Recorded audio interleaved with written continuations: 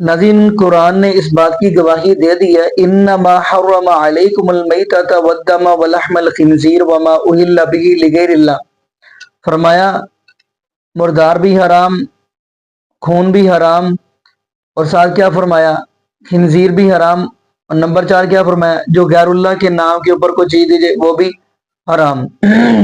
لیکن ناظرین یہ جو بریلوی مکتبہ فکر ہے یہ آگے سے ان کا ایک ہی جملہ ہوتا ہے، کہتے لو حرج کیا ہے، ہم 4 صورتیں پڑھتے ہیں نا، حرج کیا ہے، قرآن ہی پڑھتے ہیں نا، حرج کیا ہے، ہم نے سورہ یاسین ہی پڑھی ہے، ہم نے چاروں کلی پڑھے ہیں نا، تو حرج کیا ہے؟ نہ جی یہ جو حرج ہے نا ان کے حرج نے ہی دین کا بیڑا غرق کر کے رکھ دیا، استغفر اللہ معاذ اللہ۔ ناظرین یہ جو کام کرتے ہیں غیر اللہ کے نام پہ نظر و نیاز دینا اور کیا کچھ کرنا کہ اور پھر کہنا جی ہم تو صورتیں پڑھتے ہیں، تو نبی اپنی ایمانداری سے بتائیے گا آیا کہ یہ نبی پاک صلی اللہ علیہ وسلم کے چچا حضرت امیر حمزہ رضی اللہ تعالی نبی پاک صلی اللہ علیہ وسلم کی موجودگی کے اندر شہید ہوئے ہیں، تو کوئی ختم نہیں، کوئی کل نہیں، کوئی چالیہ نہیں، کوئی ساتہ نہیں، کوئی ایسے کم نہیں، تو آگے سے یہ بات کہنا جی حرج کیا ہے؟ اگر نبی یہی بات کی جائے حرج کیا ہے تو دیکھیں شیعہ حضرات ہے وہ تو اپنی اذان کے اندر کیا کہتے ہیں اشہد ان محمد علی ولی اللہ وسیع رسول اللہ۔ اب ہم ان سے کہتے ہیں کہ جی یہ آپ کیا کر رہے ہیں، وہ آگے سے کہتے ہیں یہ ہمیں منع دکھائیں، ایسے یہ بھی بریلوی مکتبہ فکر کہتے ہیں یہ ہم 4 صورتیں پڑھتے ہیں منع دکھائیں، تو شیعہ بھی یہی بات کہتے ہیں، ہم جو انہوں نے اذان کے اندر اضافہ کیا ہے وہ کہتے ہیں منع دکھائیں، تو منع آپ کہاں سے دکھا دیں گے؟ جو کام ہی آج شروع ہوا ہے۔ اب اگلی بات ہم کرتے چلیں، اب کوئی بندہ اٹھ کے وہ یہ بات کہتے جی آپ عید الفطر کی بھی اذان پڑھا کریں اور عید الاضحیٰ کی بھی اذان پڑھا کریں تاکہ لوگ ٹائم کے ساتھ مسجد میں پہنچ جائیں، ان کو پتہ چل جائے کہ عید الفطر کی نماز کھڑی ہونے والی، عید الاضحیٰ کی نماز کھڑی ہونے والی ہے۔ تو آپ ان سے اگر کہیں گے یہ کام ٹھیک نہیں ہے تو آگے سے وہ کہتے ہیں آپ منع دکھاؤ، پھر آپ کہاں سے دکھاؤ گے؟ کہاں سے منع دکھا سکتے ہو؟ جو کام ہی آج شروع ہوا ہے۔ لیکن عجیب و غریب ان کی کیفیت ہوتی ہے، جبکہ نادی دین اسلام تو مکمل ہو گیا ہے، اب ان کے اندر اضافہ کرنے کی بھی ضرورت نہیں ہے اور کمی کرنے کی بھی ضرورت نہیں ہے، کیونکہ قرآن کہہ رہے ہیں الیوم اکملت لکم دینکم واتممت علیکم نعمتی ورضیت لکم الاسلام دینا۔ تو ناظرین یہاں پہ ہم دعا ہی کرتے ہیں اللہ پاک ایسے لوگوں کو سمجھ عطا فرمائے، اور یہ بھی دعا ہم کرتے چلیں کہ اللہ پاک ہمیں شرک جیسی لعنت سے محفوظ فرمائے، اور اللہ پاک ہمیں نبی پاک صلی اللہ علیہ وسلم کی شریعت کے مطابق زندگی گزارنے کی سیکھ دے، اور اللہ پاک ہمیں 5 وقت کا پکا اور سچا نمازی بنا دے، اور جتنے بھی بے اولاد جوڑے ہیں اللہ پاک سب کو نیک نوینہ صحت تندرستی والی ایمان والی لمبی زندگی والی اولاد عطا فرما دے۔ جزاکم اللہ خیرہ، احسن الجزاء، السلام علیکم ورحمۃ اللہ وبرکاتہ۔